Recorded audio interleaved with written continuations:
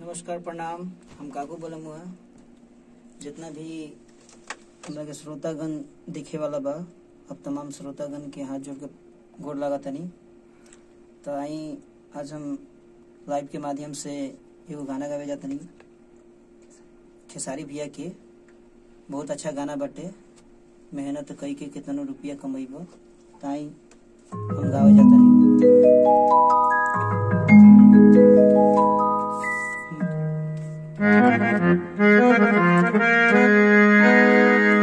मेहनत कही के कितना रुपया कमैबा, आचारा के सुख बबुआ कतही न पैबा। सपना न होई तोहर पूरा बबुआ, नहीं बिना जिंदगी अधूरा हो। मैं बिना जिंदगी अधूरा।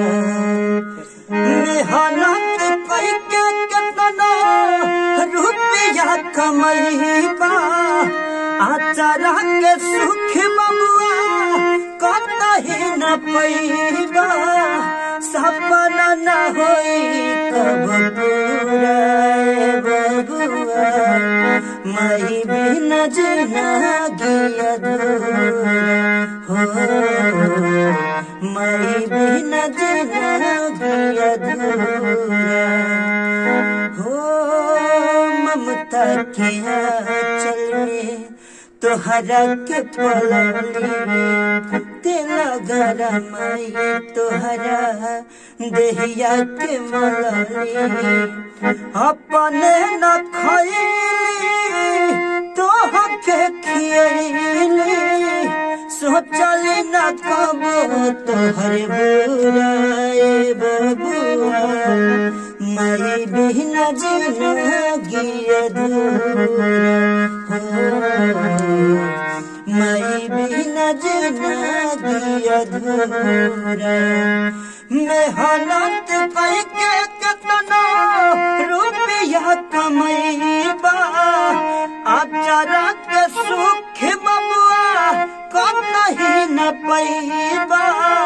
सपना न होई कब पूरा बबुआ, मैं बिना जिंदगी अधूरा हो। मैं बिना जिंदगी अधूरा। भैया ये हमार चैनल हटे, एकरा के लाइक करी, सब्सक्राइब करी। एकर नाम बाटे काकू बोलम एंटरटेनमेंट।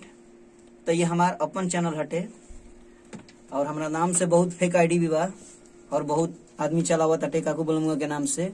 तो ये हमार चैनल बाटे, एकरा के लाइक करी, सब्सक्राइब करी, बहुत आगे तक ले जाई। और जितना हमरा गाना के प्यार देतनी, हमरा चैनल के भी प्यार दी। नमस्कार प्रणाम।